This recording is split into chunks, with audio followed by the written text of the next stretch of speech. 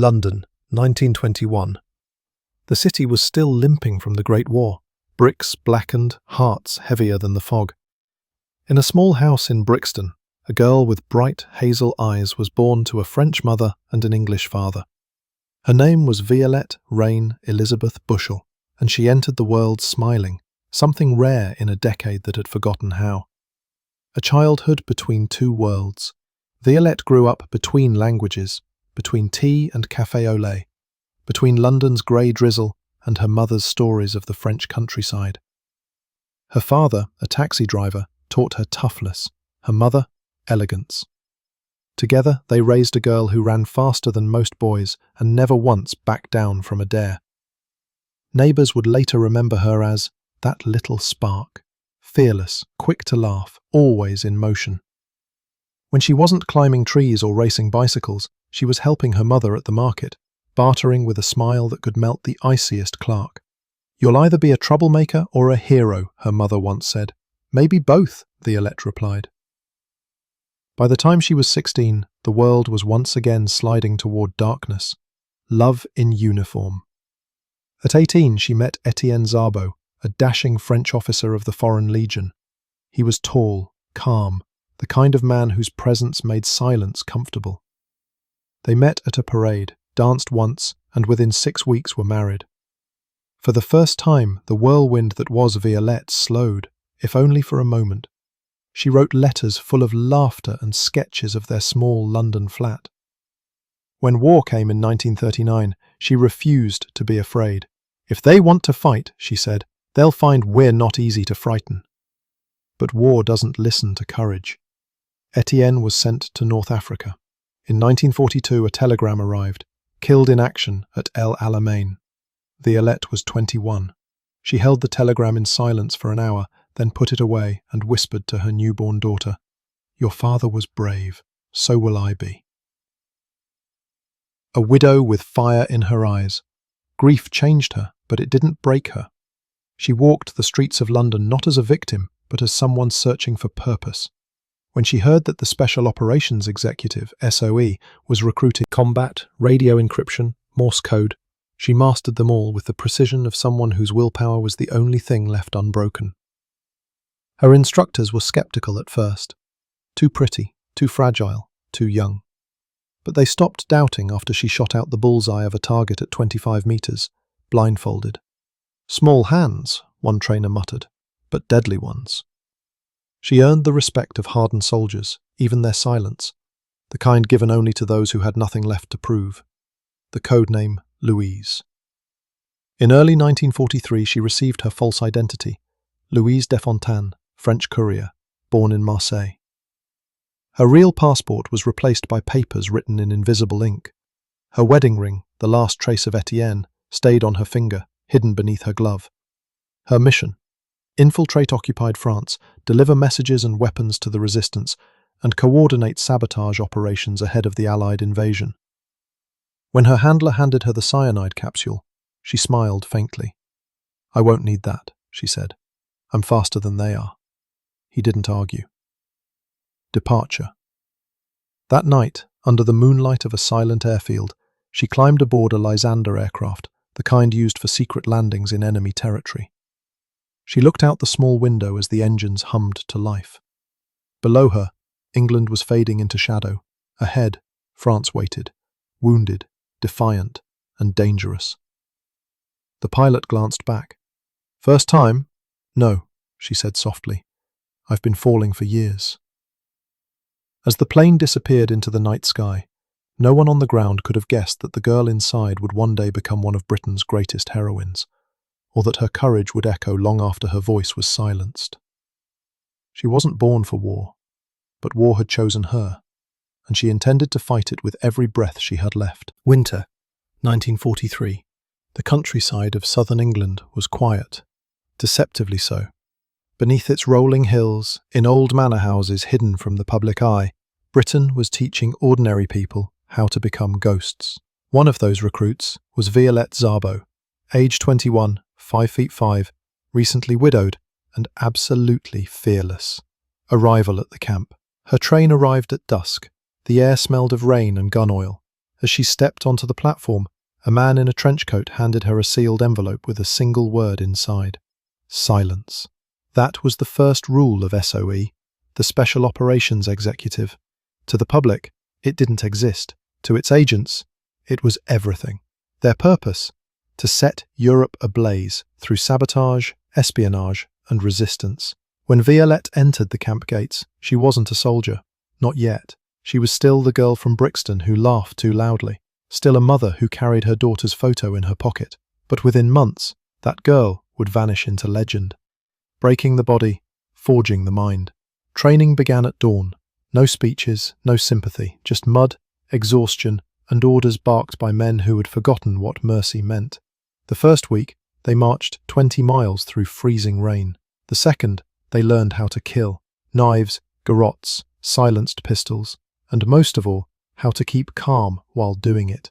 An instructor named Major Buckmaster, known for breaking recruits, once asked her, "Tell me, Mrs. Szabo, what would you do if you were captured?" She smiled, as if she'd rehearsed this moment. "I'd tell them nothing, sir. Then I'd escape and shoot them for the trouble."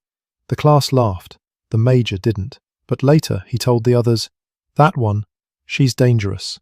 Not because she's strong, because she's unafraid." Lessons in deception. Her next training was psychological. Agents learned how to lie under pressure, how to invent backstories convincing enough to survive Gestapo interrogation. They practiced accents, handwriting, and the art of blending in. Violette excelled. Her French was flawless, her improvisation natural. Once, during a simulation, a trainer pretending to be a German officer demanded her identification. Without blinking, she handed him fake papers and casually complained about the terrible coffee in occupation. She felt something like peace. A quiet between heartbeats.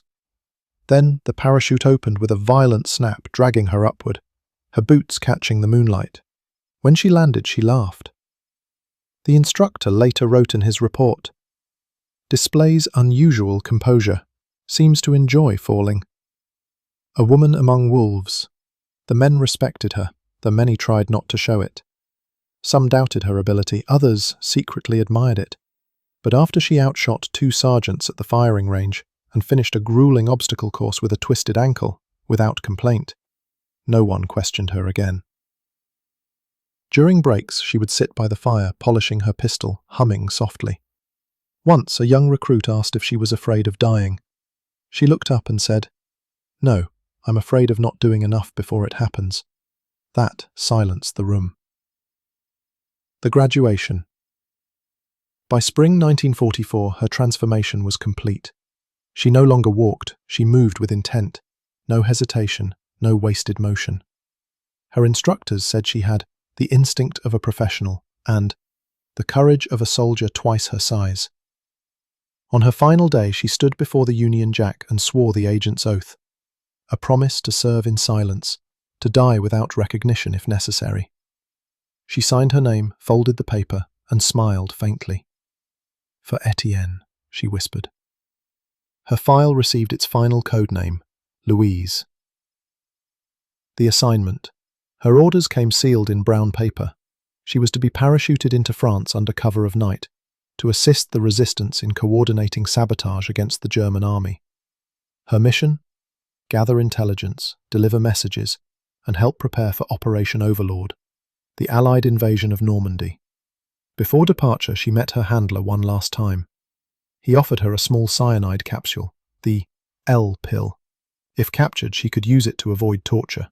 She took it, turned it over in her palm and smiled. "I'd rather take my chances with bullets."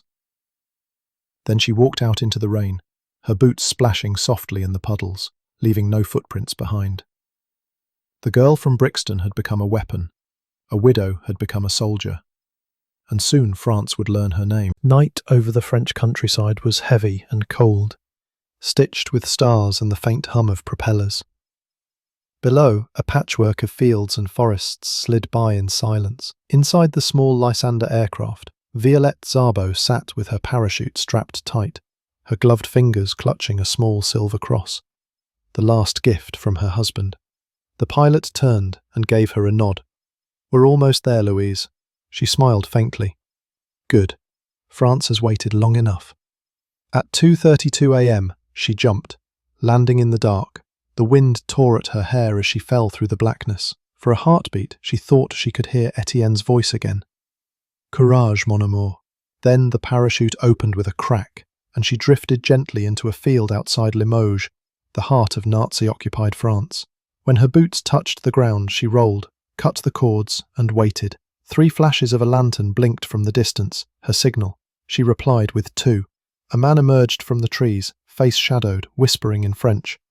"Welcome to hell, mademoiselle." "I've been there," she said. "This looks familiar." It was her contact, Philippe Liwa, leader of the local resistance network, Salesman, the Resistance.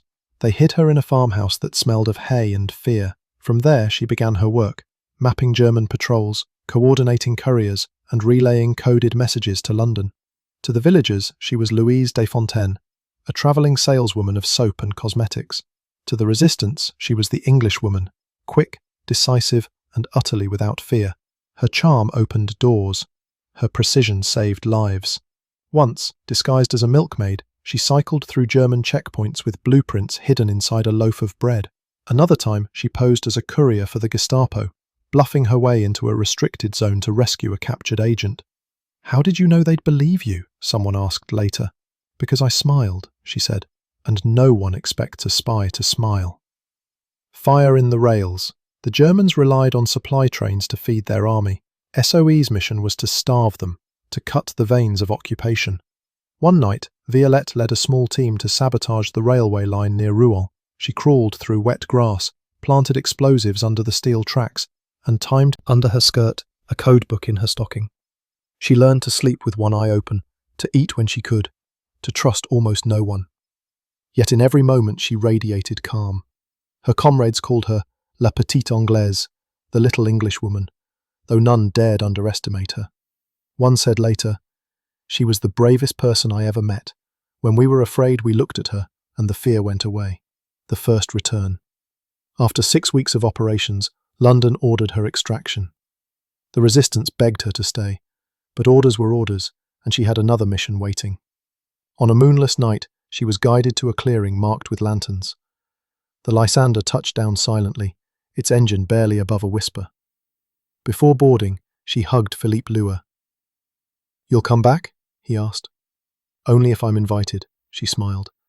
The plane lifted, vanishing into the fog. Behind her, France remained in darkness, but a few more bridges were gone, a few more trains derailed, a few more hearts filled with courage. London. Again. When she returned to London, the officers of SOE could hardly believe the reports. Her network had crippled railway operations in 3 regions, destroyed ammunition convoys, and escaped pursuit twice. She was awarded the George Medal recommendation, though she shrugged it off. "It's not medals we need," she said. "It's more parachutes." Still, she was restless.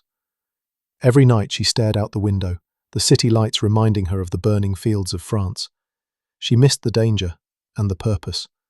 So, when the next mission came, one more drop behind enemy lines, deeper and deadlier, she didn't hesitate. "When do I leave?" "You've barely slept." "Then I won't need to wake up." The first mission made her a legend. The second would make her immortal. Summer 1944. France was burning, but now it was the fire of liberation. The Allies had landed in Normandy, D-Day had come and gone, and in the chaos that followed, the resistance was needed more than ever. The enemy was retreating, but rabid, striking back at every whisper of rebellion. It was into this chaos that Violette Szabo volunteered to return. Back into the lion's den. Her second mission was supposed to last 10 days. Objective: rebuild the shattered resistance network in central France, deliver new codes, and reconnect the fractured lines between partisan groups and London. When the mission briefing ended, her superior officer warned, "Violette, this one is different. The Gestapo are hunting us like dogs. If anything feels wrong, abort." She smiled softly, already sealing her fate. If they're hunting, they'll find I can bite. On June 7th, 1944, she boarded a Lysander once again, same night sky, same quiet courage.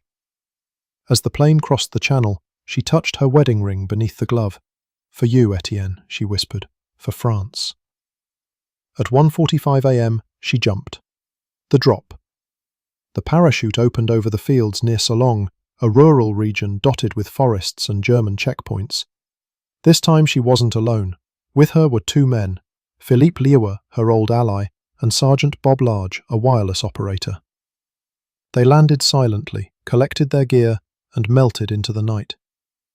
Their radio base was set up inside a barn outside the town of Salon-la-Tour. Each dawn, they sent coded messages to London, reports of German troop movements, sabotage plans, and whispered requests for ammunition. Within days, her name spread again among the Maquis. The Englishwoman had returned, a dangerous calm. But something was wrong. German patrols seemed unusually alert. Roads that were once safe were suddenly crawling with troops. Rumours spread of infiltrators and informants that the Gestapo had begun hunting the resistance using intercepted radio signals. Still, Violette pressed on. She carried coded lists in her boots, pistols under her jacket, explosives in a basket of apples. Once, disguised as a peasant girl, she biked through a German checkpoint with an officer who asked her, "Where are you going, madam?" Fighters scattered into the tall wheat fields returning fire. Bob Large was wounded instantly. Violette dragged him into a ditch, firing short bursts from her Sten gun, covering his retreat. Her magazine emptied. She reloaded and fired again. The Germans closed in, 50 men against 2. "Run, Bob," she shouted. "I can't leave you." "You can. You must." She stood up, firing until the gun jammed.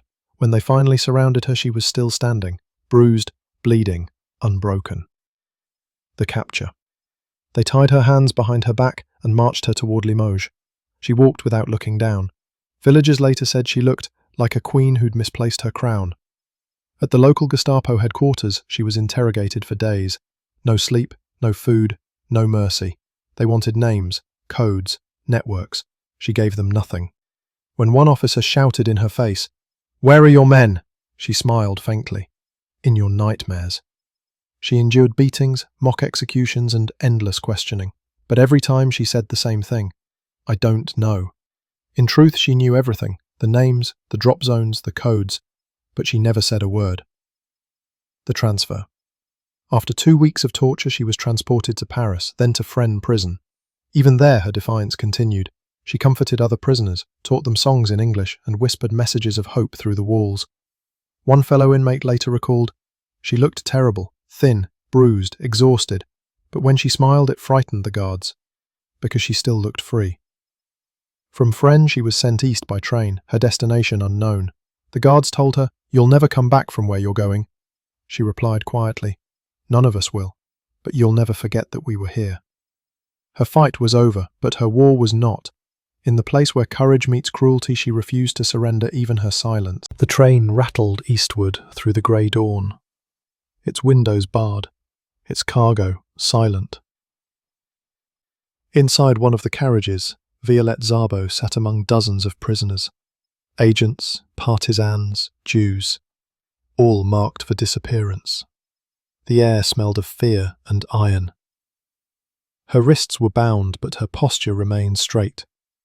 When the guard shouted at her to lower her eyes, she didn't. The prisoner of Fresnes, before the deportation, she had spent weeks in Fresnes prison near Paris, enduring interrogation after interrogation. The Gestapo officers alternated between threats and persuasion. One offered her food in exchange for names. She pushed the plate away. "You've made a mistake," she said calmly. "I'm not here to survive. I'm here to waste your time." They beat her for that. But no matter what they did, blows, cold water, sleepless nights, she spoke nothing of her network. Other prisoners whispered her name in admiration. To them, she was no longer just an English agent. She was proof that courage could outlast cruelty. The journey to Ravensbrück. When the train stopped 3 days later, she was in Germany. At the gates of Ravensbrück, the largest concentration camp for women, smoke curled above the wire fences, heavy with ash. The guards barked orders in German, dogs snarled. One woman fainted as they entered the gates marked Arbeit macht frei. Violette helped her up. "You walk," she whispered. "As long as we walk, they haven't won." Inside, the world was stripped of humanity. Women slept on wooden planks, their heads shaved, their names replaced with numbers. Violette became prisoner 39173. But even there she refused to disappear. Hope among the shadows. Her first act was simple, defiance through kindness. She shared her bread, her warmth, her words. She fixed a torn blanket for an elderly Polish woman, using a thread pulled from her own sleeve. Each evening she told the younger prisoners stories, about her daughter, about London, about a world beyond the fences. For a few minutes the barracks forgot the sound of boots and the stink of smoke. One survivor, Jacqueline Fleury, later recalled, "She was a light in that darkness. We all knew she wouldn't live long, but we stood taller when she punched." Disease rampant, executions daily. The prisoners knew liberation was close, and so did the guards. Rumours spread that all captured agents would be dealt with. When the SS officer read out the names, Violette didn't flinch. She stood when they called hers. 2 other SOE women were with her, Denise Bloch and Lillian Rolfe. They were led out behind the camp's brick wall, frost glittering on the barbed wire. A fellow prisoner saw her straighten her back, brush her hair with her hand, and whisper one last time, "Vive la France." The shots came seconds later. After the silence.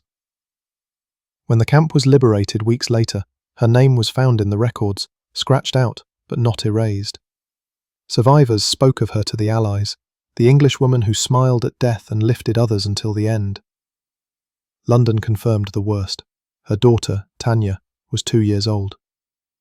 Years later, when Hanya asked what her mother was like, an SOE officer replied, "Brave, beautiful, and utterly unstoppable." Her captors took her freedom, her strength, her life, but not her will. Even surrounded by darkness, she remained light. And light never dies. Spring 1945. The guns fell silent, but the world was not yet free. Europe was rubble, cities burned, families gone, millions displaced.